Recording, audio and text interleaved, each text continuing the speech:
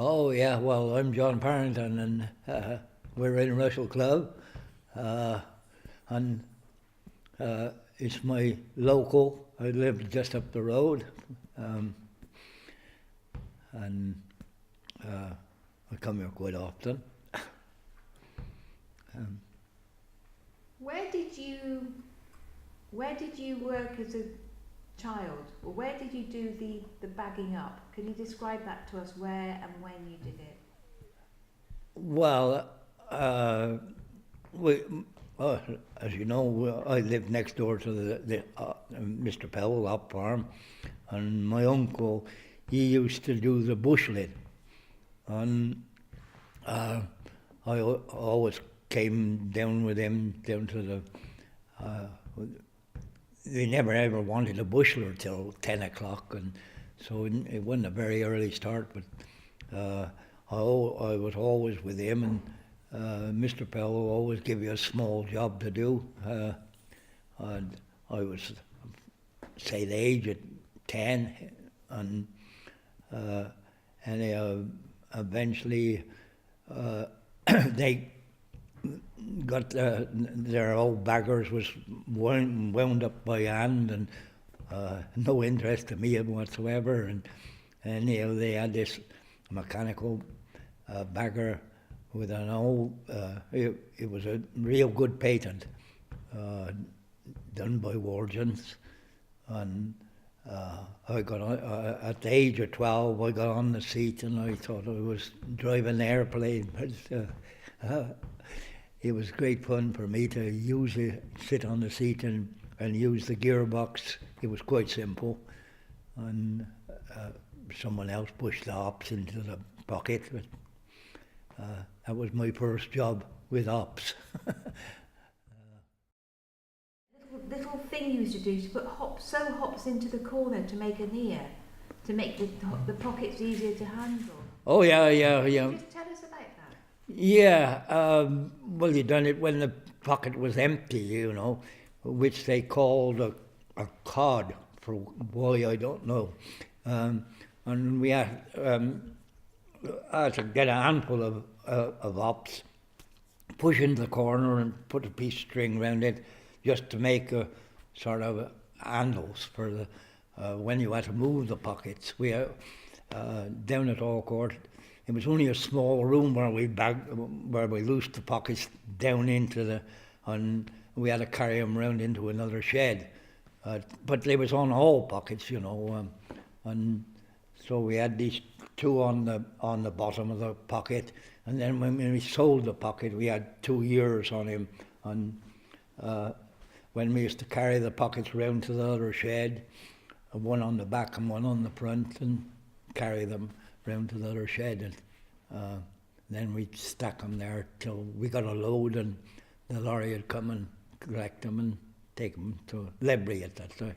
Well, Ashburton Station to start with, and then they went to Worcester, and then they got a store at Ledbury, and we was used to our pockets used to go to Ledbury then. Who was your haulier? What's what? Haulier. Who used to move your hops around for you?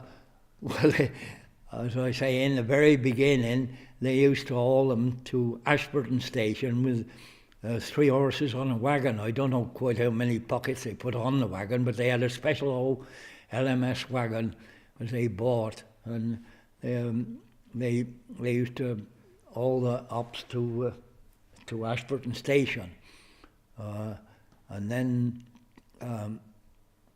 Froome Valley was the main op haulers round, and they hauled for everybody more or less, and they had smaller lorries than they have today, and I think they used to put around 40 pockets on a lorry, and they used to take them to Worcester, and then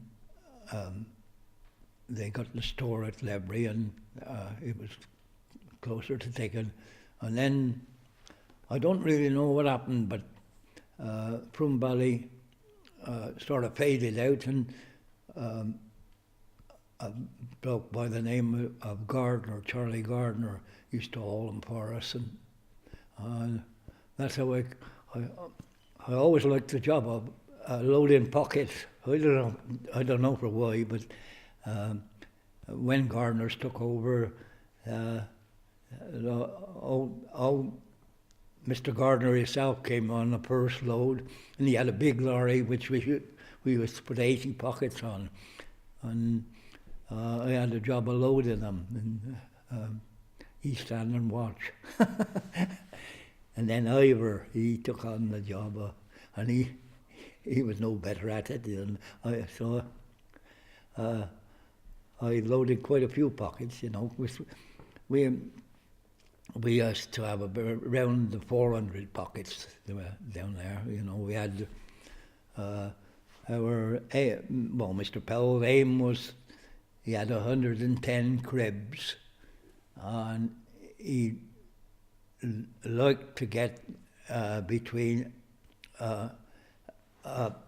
380 to 400 sacks a day to produce around 20 to 25 pockets a day. So, in a week, we aimed at 100 pockets a week. When we got some around the 100 pockets in a week, you know, our sheds was full, and so the lorries had to come then and move them, you know, to take them to, as I say, to Worcester or Ledbury. Oh yeah, up to court, Mr. Powell, I think he was a relation to Mr. JJS down here, but very distant, I think. And not as I knew a great lot about what he did do, but I can remember once, as he had problems, he had the rain drove in on his pockets, and we went over there and tested them for him and something. That's the only time as I was involved in Upton Court Ops, and Mr. Powell over there. So there aren't any more hop farmers over there anymore? No. There was another farm, Mullampton, Mr. Pugh of Mullampton. He lived down the road from Upton Court, and they grew hops, but we never had nothing to do with them, you know. So what happened? You said that the people given money to stop. Can you just tell us about that? At one time. The up job was sort of fading out, and a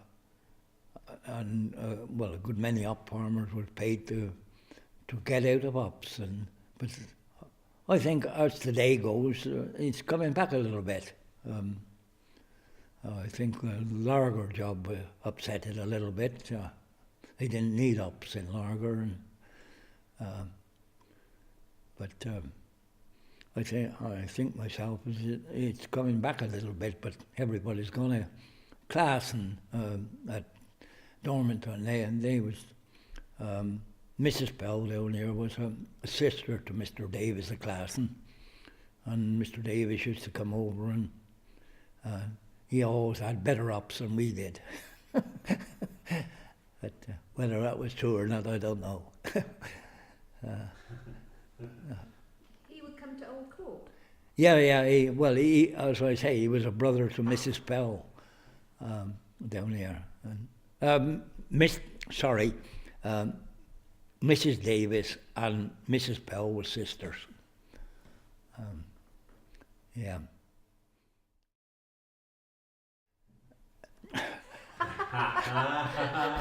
And a joke at the end. Yeah. Mr. Philip Davis's wife was a sister to Mrs. Powell at All Court, and also Mr. Thompson at the Hyde of Woolhope was a brother to Mrs. Powell at Hallcourt, and they all grew up. So they was all big up farmers.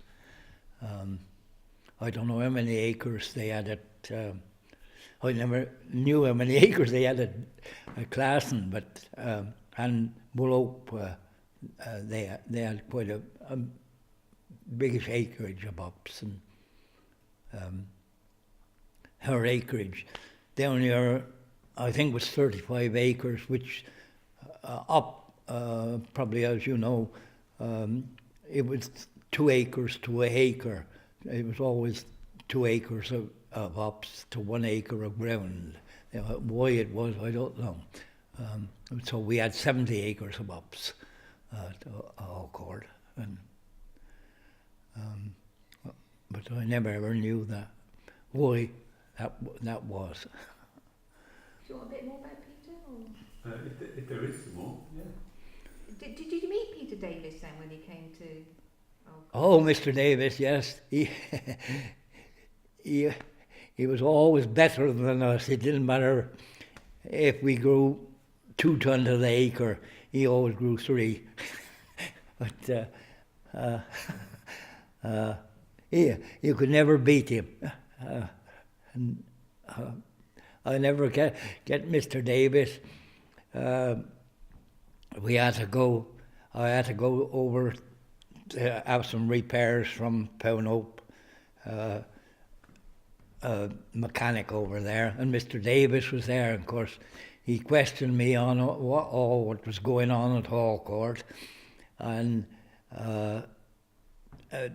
the old mechanic, he was a bit of a comedian, he was, and he said, Mr. Davis said, well, thanks for the talk, and then all the news of Hallcourt and that. He said, if I had time, I would take you to the pub, he said, and treat you 2 boys. That was me and the mechanic. And the old mechanic said to him, he said, yes, Mr. Davies, he said, but you'd wait all day, he said, till we bought you one back.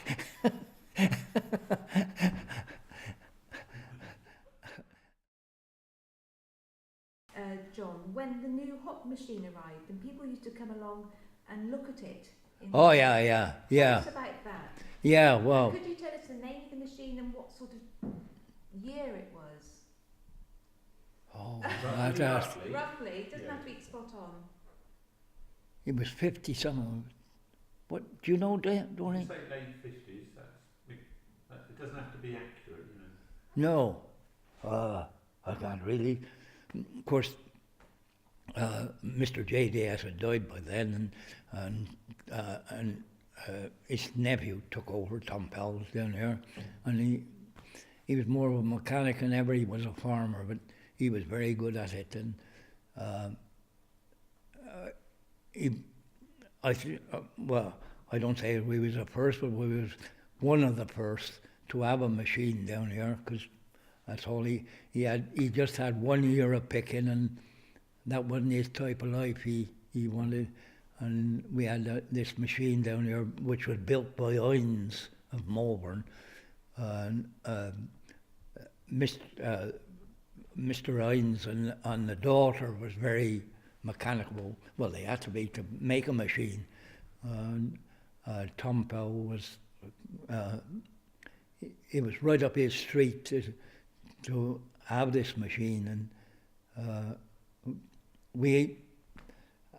I don't know what size it was. It was one of the larger machines, and we had to have it to pick somewhere near the same quantity as the pickers was picking, which was, I was say, we was aiming at 400 sacks a day. And he got, we did make it, you know, and had a very good team in them days. We never had no, it was really a treat to work down there on this machine, because we never had no gypsies arguing, or nobody argued about the bush linen, well, several things what happened in the hop pickers, and Hines and Cherry Hines and Tom Powell, you know, they was great friends, because they was they wanted to improve on it at the time, and which we did, which Tom Bell did improve on the machine, no end. And all our locals, used to come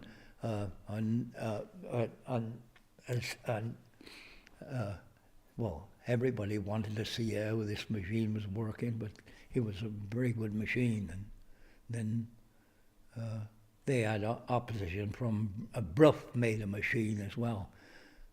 They was over Suckley way, but ours was Hines, and I didn't know nothing about Bruffs, but this machine at Allcourt went very well. Well, Tom Powell was a first-class mechanic, and he just sit on the wagon, and any little thing went wrong, he went straight to it. He knew exactly what was going wrong. There was no hold-ups on it. All that he was aiming at was to make it pick 400 sacks a day, and which he did. Yeah, tell us that little story. Oh, about my first job in the Opyard, I was about 14. I used to load the sacks, and then I grew a bit older, and I was able to hold the sacks for the bushlers, which my old uncle, as I say, he was bushler for one, and we had 2 gangs, 2 bushlers and 3 sack carriers, and the bookie. My old uncle, he had a gammy leg, and when someone sort of got left behind in the Opyard and he was way across the rows, you take a bushel and bushel him, and that's all the busheling I done. You also had that really horrible job with the poles, hot poles. Oh, when we built a new, Dorian was more into it than I was. Tom Pell, in Tom Pell's day, when JJS, we had the Opyard come down over through bad weather, and he came down, and JJS would buy poles and to renew it and God knows what. But Tom Powell, he wanted to build a new Opyard, which we built along the road, and he bought a wood at Fownhope.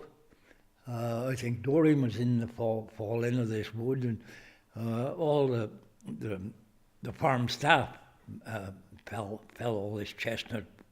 And then he had a tank, pickling tank built, and used to boil the tar into the poles. It was a 24-hour job, I think, to boil this tar into the poles properly, and that was all right. But to get the poles out of the tank, it was horrible. Yeah. It was all running with red hot tar, and it was all over the wagons, and it was a terrible mess, but it worked. And funny enough, that was in 1956, and we've got some of the old poles up there, up at my place now, and they're as hard as, and that was from 1956 till now. How that tar prepared, for how they last. Well, old chestnut, it'd last forever. Being pickled up like that, I think you'd have difficulty driving a nail in them, Yeah, they're that hard. That's a lovely little story, John. Really lovely story. Yeah. Tell me another about when travellers or gypsies arrived at Old Court and they asked you where they could camp up. Oh, yeah. Are you ready, Rick? Tell us about that. Oh, yeah. Yes, that was It was very. I really got on well with the gypsies, you know. I talked to them that length of time as I was very near talking as bad as they were, and they was, as I say, they came to move in one day, and old boy came to me and he said, "Where do you want us to go?" And I said, "Well, you can go in that field or in that field." I said, "Please yourself, which?" And he said, of course they were short of toilets, they never ever had a toilet. And he said, "I just wants to go where there's high edge and some long grass."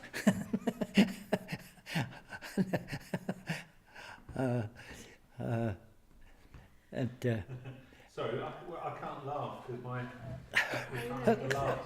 But we have to move on to the other story about the lady who... Oh, yes, yeah. Of course, that was a different.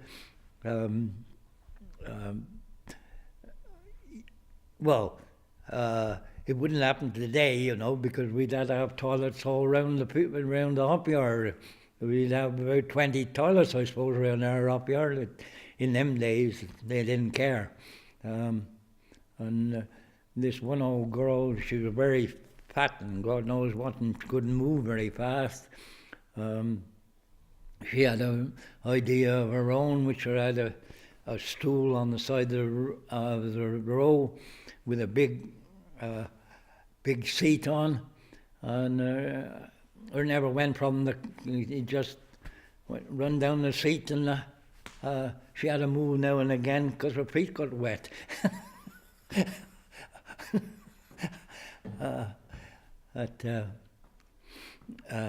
That was that. In them days, it didn't matter so much as it do today.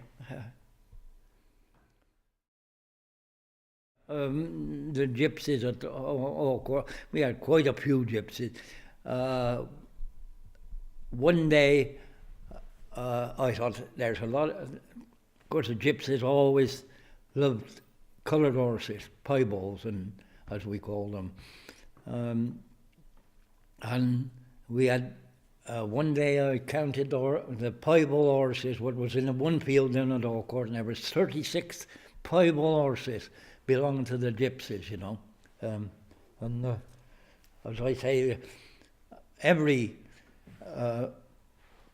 Sunday they'd have a sale at the Box Bush at Ashburton, and you couldn't get along the road for horses, and they used to come down from Bishop's Room was the capital of upgrowing, you know, and they had thousands of gypsies up that area, and they always had a sale on a Sunday. Oh, they trot them up and down the road, and God knows what. And we had an old horse dealer, which lived at Upton Bishop, near the pub where I lived. And he'd go up by our place. I was living at home then, and he'd go up by our place on a Sunday morning. He'd be in the old trap driving a horse, and he'd have 6 tied behind him, you know. And he'd go back 6 o'clock on the Sunday night with 6 more tied behind him, all different horses. He'd swapped and changed and dealt with the gypsies, and it was. I always looked out for him because I was always interested in horses, you know. But he was very. It was well worth going to see because they, you know, it was a slap of the hand that they dealt with always, and it was always pound notes like that. It was they never wrote a cheque. Start again, John, saying about the dances during the hop picking season. Can you actually say that? Because they won't know it's... Rick's going to cut me out completely. Well, yes. A lot of... I don't think we did, but a lot of the old farmers, you know, they was more... Mr. Pell down here, he never drank a lot, and I don't think he believed in it too much. But a lot of those farmers used to have a picking ball, and that was a Mr. Cotton or somebody like that who was more of a dance crazy man. They'd have a picking ball, and of course they'd go on till about 4 o'clock in the morning, you know. And it was just after the war and that, and there wasn't too much beer around it, but they get it, and or our homemade cider or some of that, and you know, 2 or 3 would be drunk for about 2 or 3 days, but it didn't matter about that. Oh, that's fantastic. Yeah. You've got to tell us more about what one of those balls were like. Did you ever go to any of those balls? Oh yeah. Just tell us where they were and what happened there and what you got up to. Oh, Keep it clean, John. some of the Not things. that thing. Some of the things I wouldn't like to remember. But yeah, Mr. Blanford over here, you know, they sort of had a bit of a hop picking ball, and all hop pickers. Of course, they had a lot of hired pickers, they called them. You know, lived in the buildings. Lived in Mr. Thompson. They had a hop picking ball at Woolhope, and that was the hop pickers and all, and it was a bit of a rough job sometimes. And but it was very enjoyable, you know, and yeah, it was quite a party, and that was our type of party as we had in them days. Nowadays it'll be totally different, you know. The whole local copper and all will join in, you know, towards the end. It was, yeah, great fun. Who was a local bobby? We had a Mr. Matthews. He was a bit of a star turn, and then we had Mr. Rock. He, you know, he wasn't much of a dance man, but he'd join in when the drink was served. Can you do that again, John, and tell us that they were policemen, P.C. Williams, or were they? Oh, it was P.C. Matthews was in them days.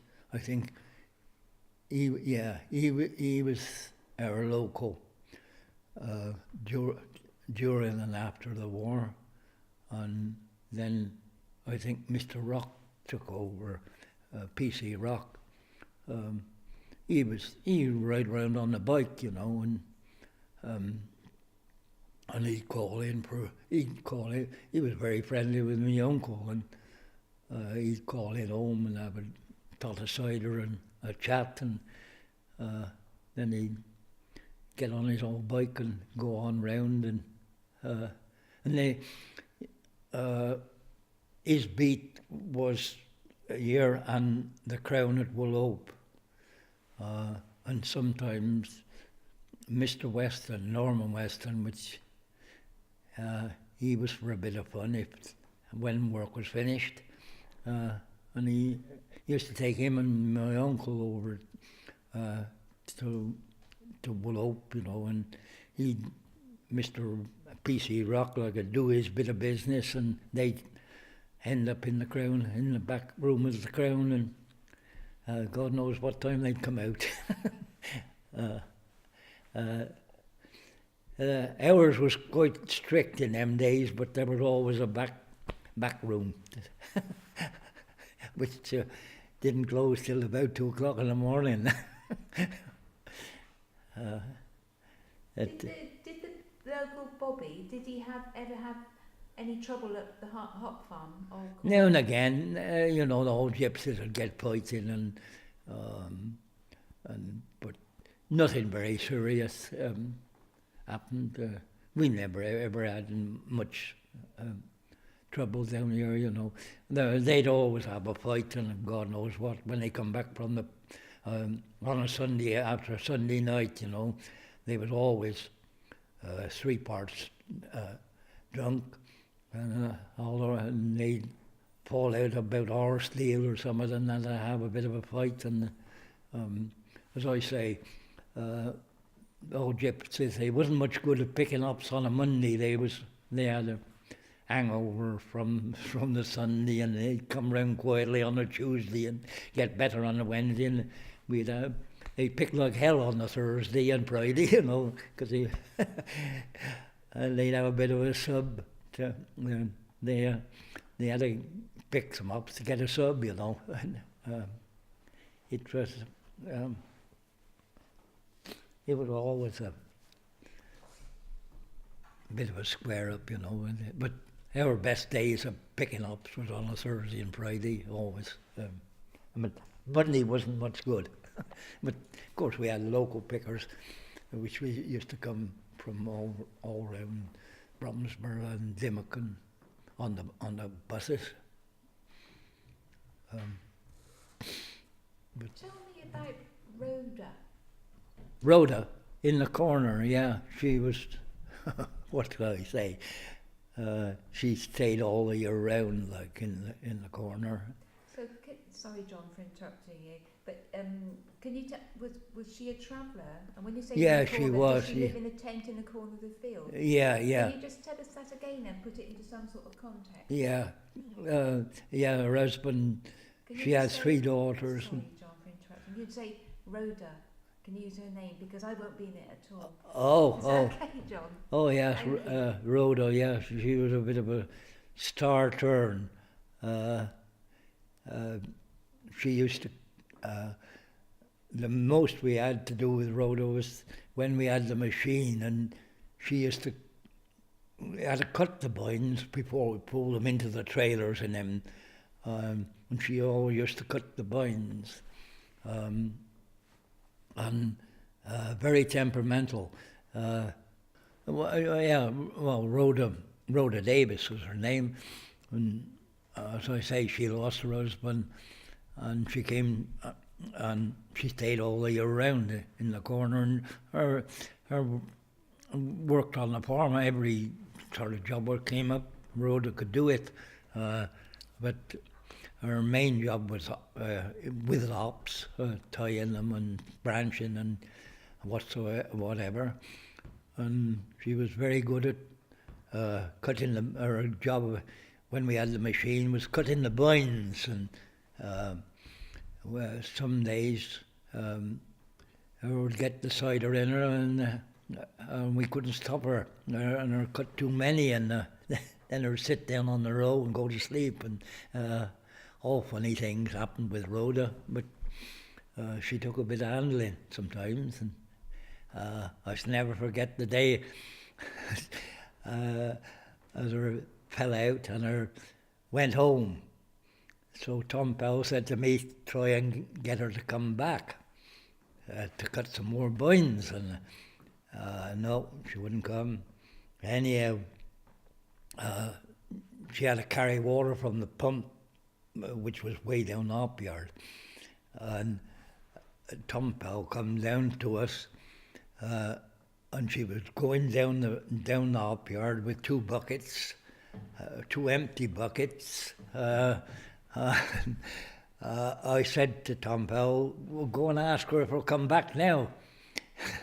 I got these 2 buckets. I can see her now carrying these 2 buckets, empty buckets, and he goes, "Rhoda, will you please come back and help us out?" And what her said, "You and the buckets," and her threw the buckets up in there, and one hit her side the head. He come back down, and her picked the buckets up, and her said, "Yes, I'll come back."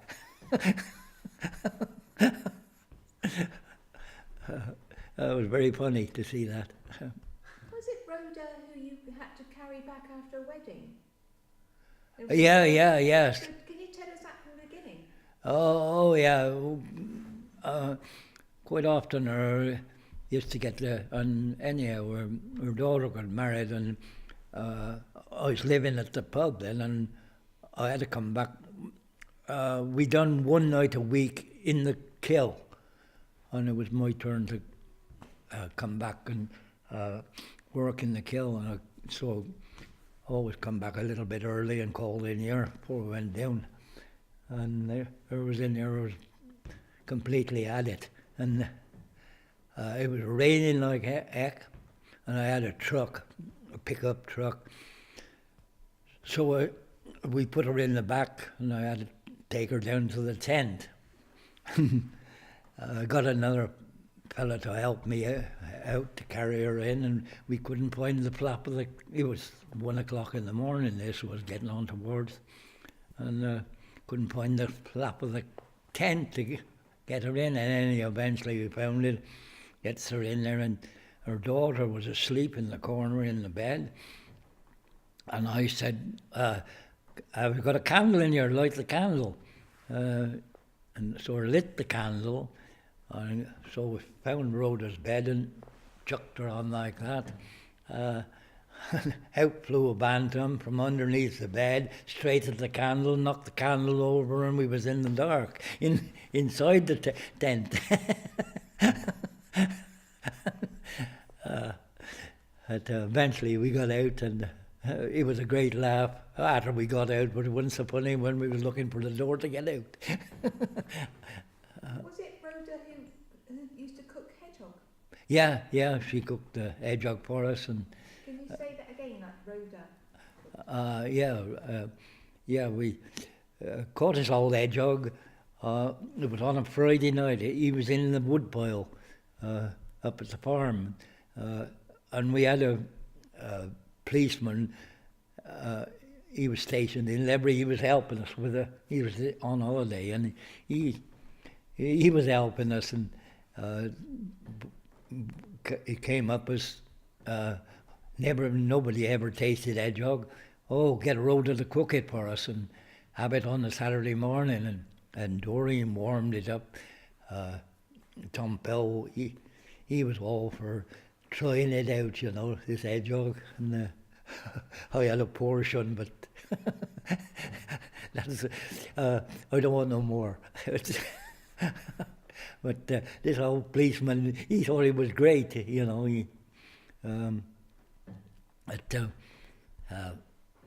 I wouldn't crave for hedgehog. I wouldn't advise you to try it either. No, Jeb says they was mad after hedgehogs, you know. If ever you told them where there was one, they'd go and hunt until they found it, and they always cook the thing. Did you say there was a wedding during the hop season? Somebody got married? Elvis? That was Rhoda's elder daughter, and that was the celebration that they had. That Rhoda had been. Well, she worked that day. It was the last day of Upperkin, and she worked that day. It was 1958. That was a very wet season. Poor old Rhoda, but she always wore long skirts, and about a dozen of them. And one day her fell off the road, and the road was full of water. By God, her had a job to stand up with the weight, you know. These old dresses, they all got wet through, and by God. But fair play, her stuck some real hard. In 1958, I think it rained every day.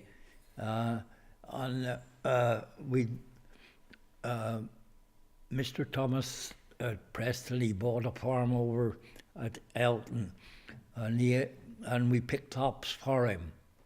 And he was all up yard. You go to pull the vines and the wire and all. It was a terrible old place, and yeah. Well, I don't know quite how much a day, but Tom Powell took the job on altogether. He pulled them and picked them and oiled them and dried them and all. And I suppose in them days he charged fair old the whole job, you know. And Rhoda was in that, and every day we was wet through more or less from 8 o'clock in the morning till 7 at night, you know. We did have a sort of bit of protective clothing, but it wasn't first class by no means. You were telling me stringing being really awful occupation? You know, the stringing.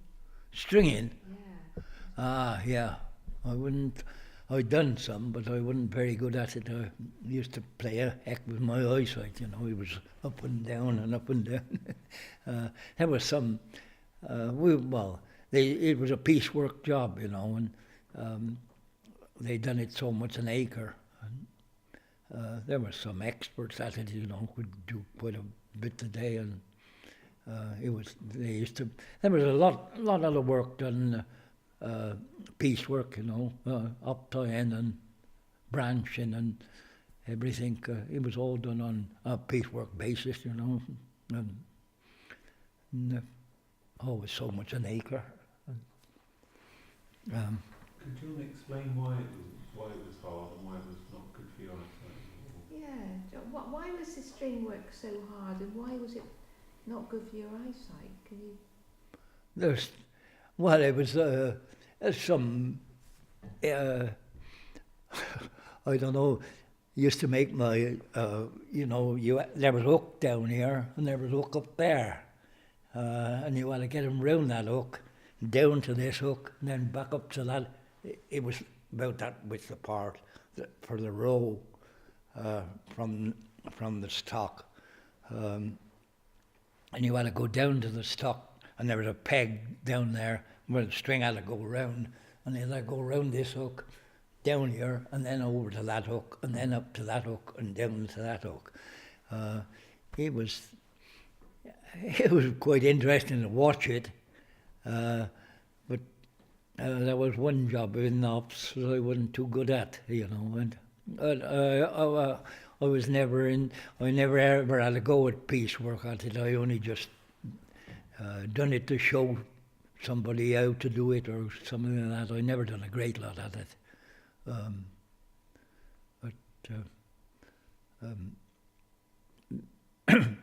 Some folks could do it as Bernier as fast as they could walk, you know, but not me.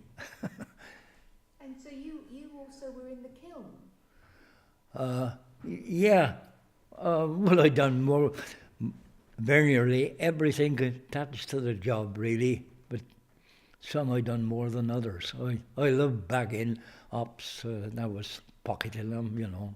I didn't mind that job. And sack carrying was a good job because there was plenty of young girls as I was more interested in up. Yeah, look, nobody ever believed, as I said ever so many times, Mr. Powell, he was only a up farmer, but he employed 500 folks a day at one time, but they was only up pickers, like there was say 5 or 6 to a crib, and we had 100 and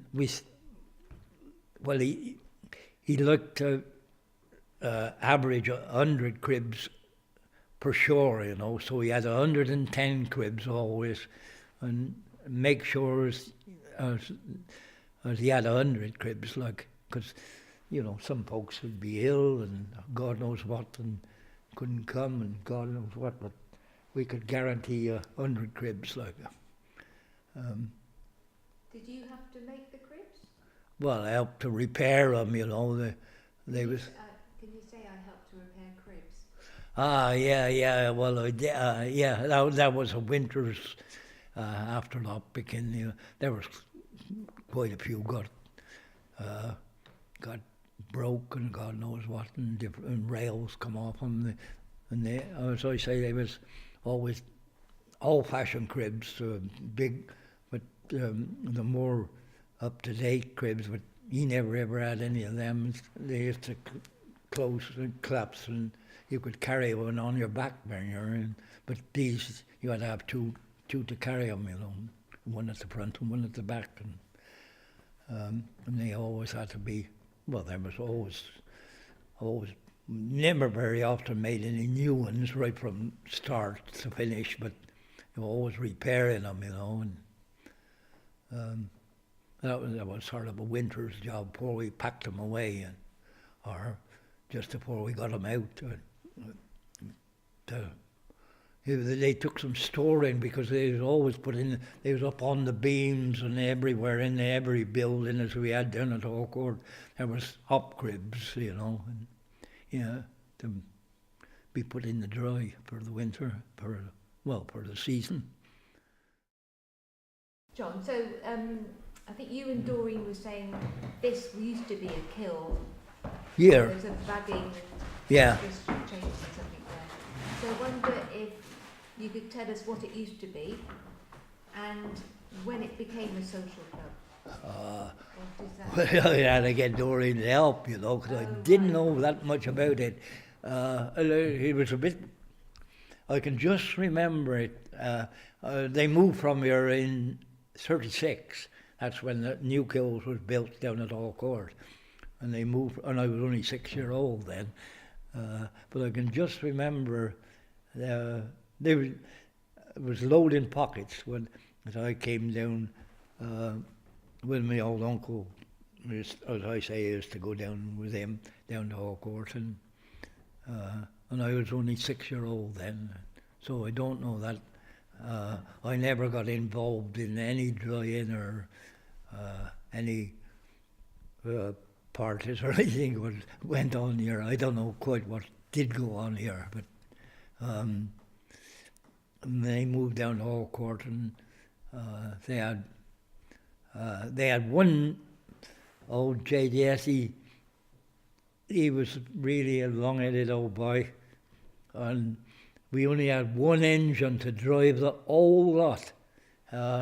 He was a big man for shafting and pulleys, and he drove the pans, he drove everything, the baggers, everything.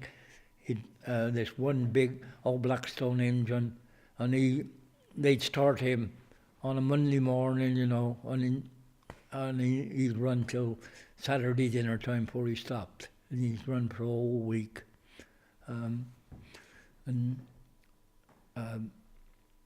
It was a marvellous old engine. He never ever failed. I never known him fail. But he drove everything down at Hawcourt. And it was just done by shafting and pulleys and belts everywhere.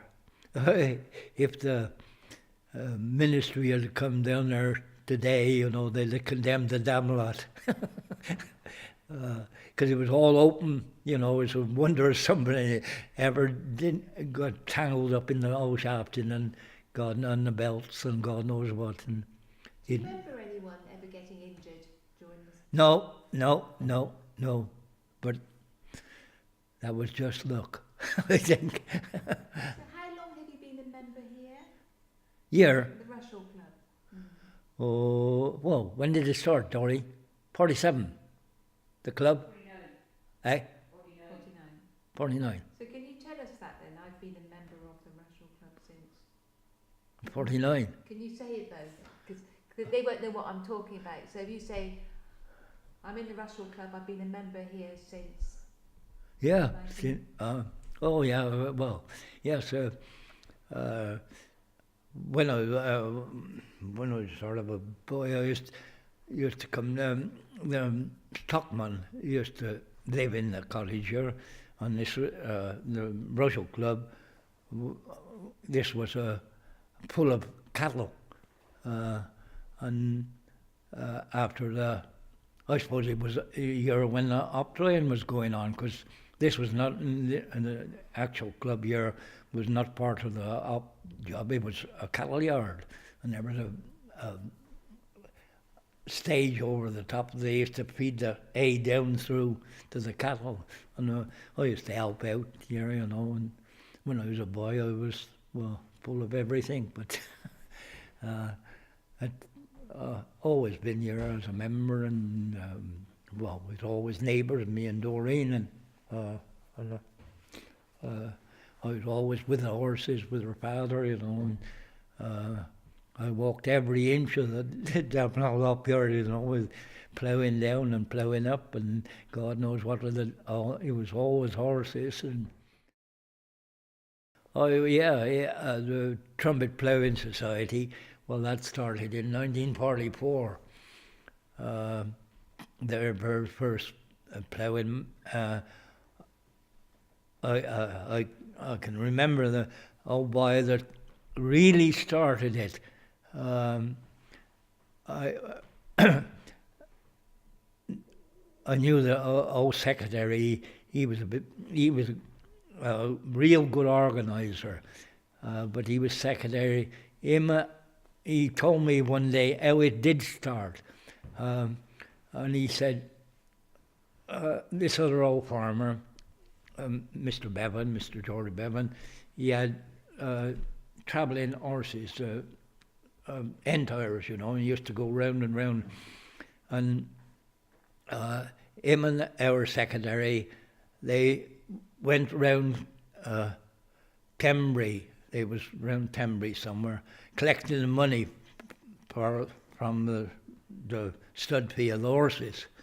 And they pulled up somewhere and had their dinner. And he said, we had a trotter apiece, picking the bones out and eating this old trotter of the pig. And he said there was some very good edge laying they was looking at. And Doreen's uncle, he was a bit of a ploughman. I think he ploughed before the war or something like that. And I was only 14 and then days, and the ploughing match was over near the trumpet, and we took the two horses behind the cart and the plough in the cart and the horse, and we went took the ploughing match, and Albert, Doreen's uncle, he had second prize, and I can always remember that. And there was about 14, 18 teams there in them days, and that's how the trumpet. And I, ever since then, I've only missed one ploughing match. And I said to our officials the other day, I said, the only ploughing matches I missed was in Worcestershire. All the rest of our ploughing match has been in Gloucestershire or Herefordshire mainly. And I had them guess into where it was, and it was, they did eventually say where the ploughing match was that I never went to, and that was in Worcestershire. Yeah. Supplies, you know, on the hop farm. Where did you get your sacking from, your string from, your sulphur from? Yeah. John L. Ops was there. Yeah, it was. They was main suppliers of everything. String. They had a factory more or less in Lebry, all down the side of the street, and they used to supply the string, hot buckets, and then another firm set up by the name of Winwood, and they supplied something similar, you know. But George L. Ops was the main suppliers of everything belonging to Ops, and the whole sulphur would used to go through the Ops, would knock you. You couldn't stick it, you know, when it was coming up through the Ops.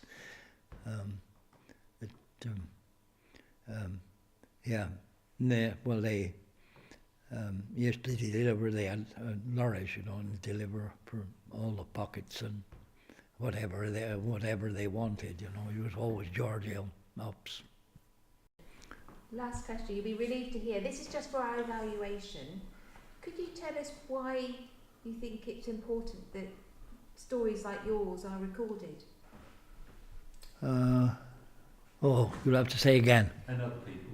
Why do you think it's important that stories like yours and Doreen's and other people about their heritage, why do you think it's important to record them?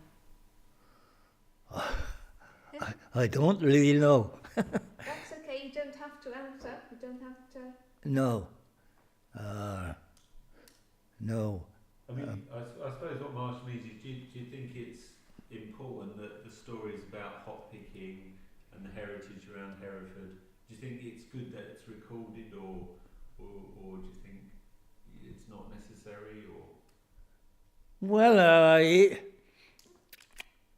there's a hell of a lot who want to hear it, because they be down in Markle Churchyard. But, there's a hell of a lot that like to hear it, I'm sure. Don't you think, Doreen? They like to hear your life story, or don't you want it? My life story. Well, you've just told it, haven't you?